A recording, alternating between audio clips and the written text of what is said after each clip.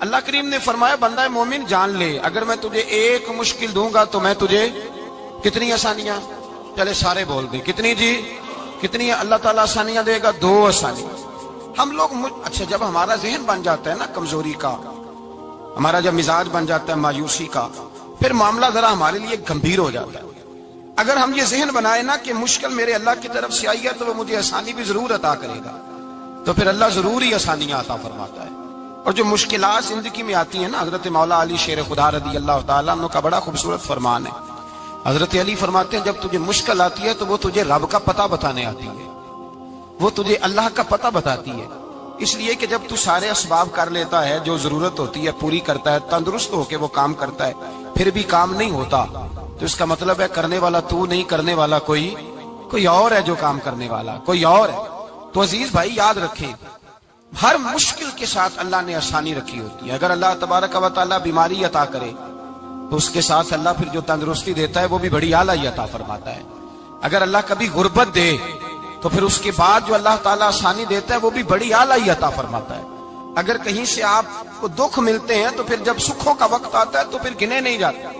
یاد رکھیں مشکلات کے پہلو میں آسانیاں ہوتی ہیں، اور جس آدمی کو مشکل آتی نہیں، میرے نبی کریم سید عالم صلی اللہ علیہ وسلم نے فرمایا مومن کو جو مشکل بھی آتی ہے اللہ اس کی برکت سے اس کے گناہوں کو معاف فرما دیتا ہے، اللہ اس کی برکت سے اس کے گناہوں کو معاف کرتا ہے، یہاں تک کہ حضور نے فرمایا میرے مومن کو کانٹا بھی چبھے تو اللہ تعالیٰ اس کی مشکل کو آسان فرما دیتا ہے۔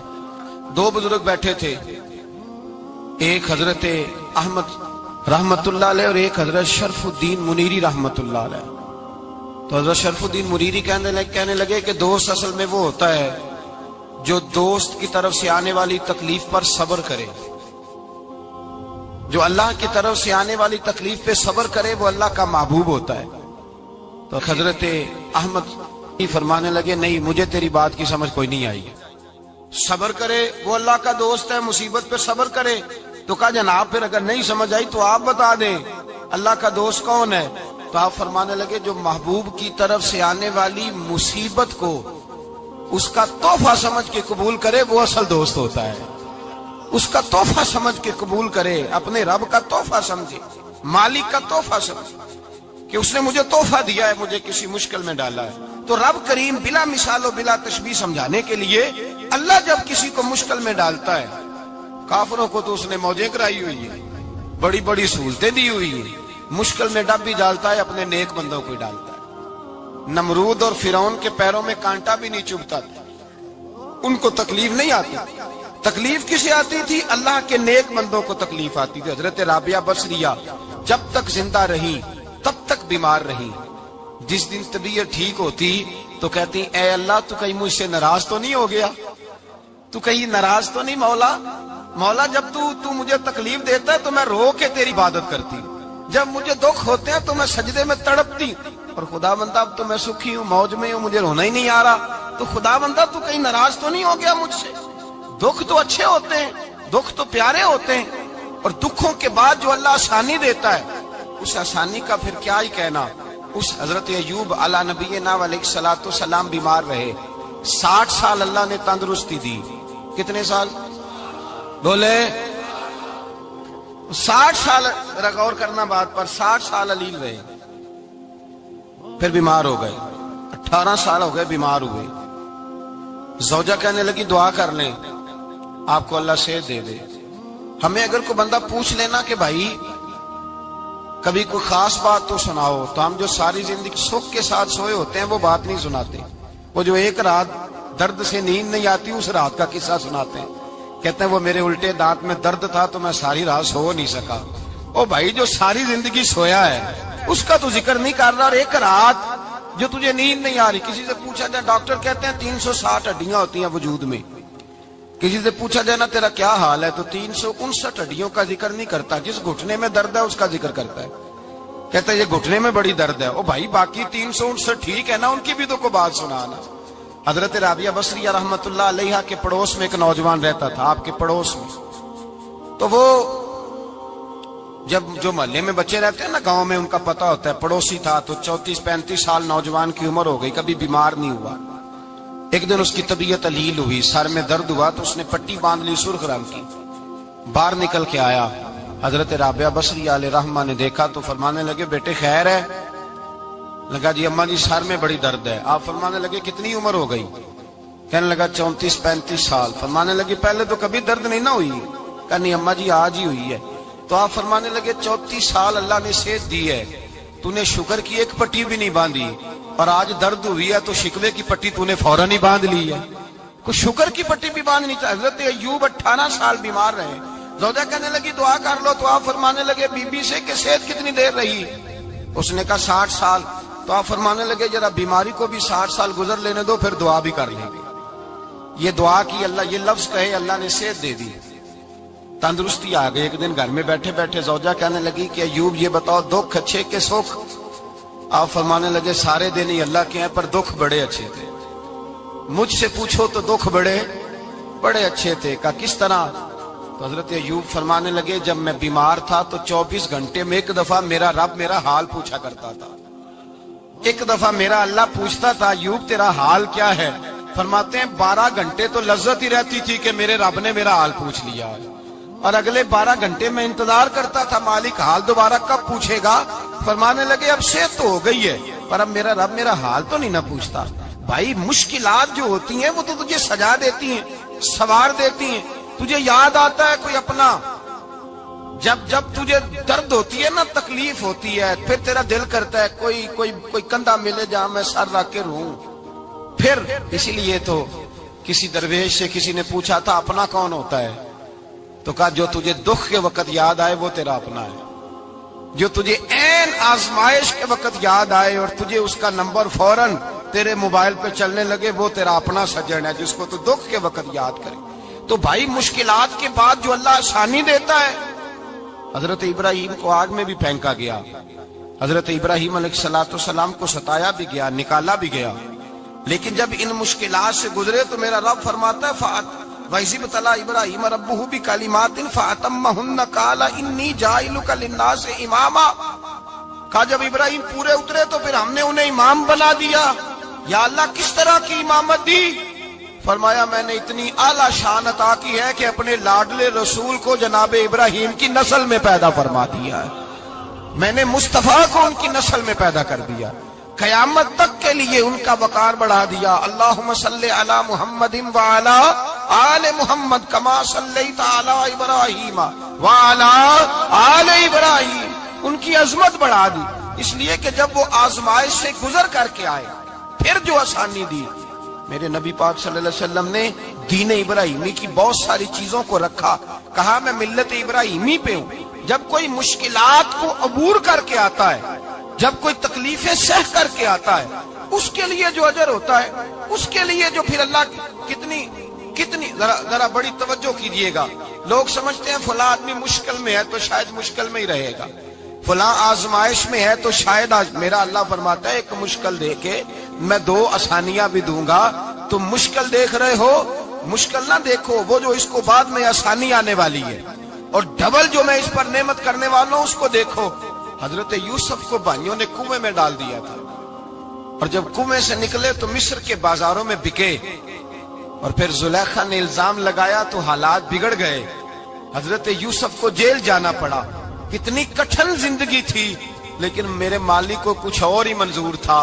کنویں میں گرنے والے، بازار میں بکنے والے، جیل میں جانے والے، الزام لینے والے جناب یوسف کو رب کریم نے اسی مصر کا بادشاہ بنا دیا، اللہ پاک نے اسی مصر کا حکمران بنا دیا۔ یاری تیری سونا پر ازمیشاں تیریاں اگ، اے سونا پرکھیا جامدائی پہلو نال اگاں دے لگ، اس کے لیے تھوڑا سا جتن کرنا پڑتا، تھوڑے کٹھن حالات سے گزرنا پڑتا، تھوڑی آزمائشوں کا روپ دیکھنا پڑتا۔ ہم چاہتے ہیں کہ ہمیں چھیڑے کوئی نہ کوئی تکلیف نہ آئے، کوئی آزمائش، یہ ہو نہیں سکتا میرے بھائی، نامی کوئی بغیر مشقت نہیں ہوا، 100 بار جب عقیق کٹا تب جا کر نگی ہوا۔ ہم چاہتے ہیں کہ ہمیں کچھ بھی دقت نہ آئے، مشکلات نہ آئے، اور مشکلات تو انسان کو سنوارتی ہیں بھائی، وہ تو نکھارتی ہیں۔ کبھی پوچھا کرو جا کر کے کسی گندم کے دانے سے کہ تو کہاں سے ہو کے آیا ہے، کہاں سے نکل کے آیا ہے، تو وہ بتلائے گا کہ بڑے مشکل مراحل سے گزرا ہوں، اور پھر اللہ نے مجھے طاقت دی ہے کہ میں انسان کے وجود کا حصہ بنا۔ تو بھائی کٹھن مراحل، آزمائشیں، تکلیفیں، یہ انسان کو بڑا انسان بنا دیتی، یہ اس کے لیے ترقیوں کا پیش خیمہ ہوتی۔ ہمارے جمال پریشان ہو جاتے ہیں، عورتیں خاص کر کے اس بات پہ توجہ کریں، وہ بڑی جلدی غم لے جاتی ہیں، وہ کہتی ہیں جانے میرا کچھ ہوگا ہی نہیں، جانے میرا کچھ ہو ہی نہیں سکتا۔ میرے بھائی درجنوں اور بیسیوں لوگ ایسے ہیں جن کی اولادیں نہیں تھی لیکن نام ان کا ان سے بھی زیادہ ہے جو بڑے بڑے صاحب اولاد۔ حضرت عبداللہ مزنی حضور کے غلام تھے، قبیلہ مزن کے رہنے والے، والد فوت ہو گئے، چچا نے پالا تھا، اسلام قبول کر لیا۔ چچا اسلام کا بڑا دشمن ہے، حضور کا نام آئے تو جلال کرتا، حسد اور بغض میں جل جاتا، بڑی اسلام کے ساتھ دشمنی اور عناد رکھتا ہے۔ حضرت عبداللہ کہتے ہیں پہلے تو میں عشق رسالت کو دباتا رہا، پھر یہ چنگاری شعلہ بن گئی، پھر کہ یہ ہلکا سا جذبہ سمندر اور صحرا کا روپ دھار گیا۔ فرماتے ہیں ماں تھی اور میں تھا، میں گیا جا کے چچا سے کہا میں نہیں رہ سکتا۔ کہاں جائے گا؟ تو میں نے دھیمے لہجے میں کہا میں مدینے جاؤں گا، اب میں رسول اللہ کے مدینے جاؤں گا، اب میرا گزارا نہیں ہوتا، اب میں جاؤں گا۔ کہتے ہیں چچا کہنے لگا اچھا وہاں جائے گا، تجھے میں نے پالا، میں نے پوسا، وہ مکان میں نے تجھے بنا کے دیا، تیری جیب میں جو پیسے ہیں میرے دیے ہوئے ہیں۔ کہتے ہیں میں نے کہا چچا میں سارا کچھ سوچ کے آیا ہوں، مکان بھی تو رکھ لے، پیسے بھی رکھ لے۔ کہتے ہیں اس نے ہر چیز رکھوا لی۔ جب پلٹنے لگا تو چچا کہنے لگا جو کپڑے تو نے پہنے ہیں یہ بھی میں نے خرید کے دیے تھے۔ حضرت عبداللہ فرماتے ہیں میں نے وہ کپڑے بھی اتار کے دیے، برہنہ حالت میں میں ماں کے پاس گیا اور میں نے کہا اماں میں پہلے بھی تو ننگا پیدا ہوا تھا، تو نے ہی کپڑے پہنائے تھے، میرا پھر بدن ننگا ہو گیا ہے، کپڑے دے دے۔ کہتے ہیں 2 بیبیوں والے کپڑے اماں نے دیے، ایک میں نے تامت باندھ لی، دوسرا اوڑھ لیا اور مدینے پہنچا۔ کہتے ہیں جب میں ٹھنڈی رات مدینے پہنچا تو کالے رنگ کے حبشی غلام حضرت بلال دودھ کا پیالہ لیے کھڑے تھے، ہاتھ میں کھجوریں تھی، کمبل تھا، کہنے لگے آجا آجا، مصطفیٰ نے فرمایا تھا قبیلہ مزن سے میرا غلام آ رہا ہے، میں ساری رات سے تیرا انتظار کر رہا ہوں۔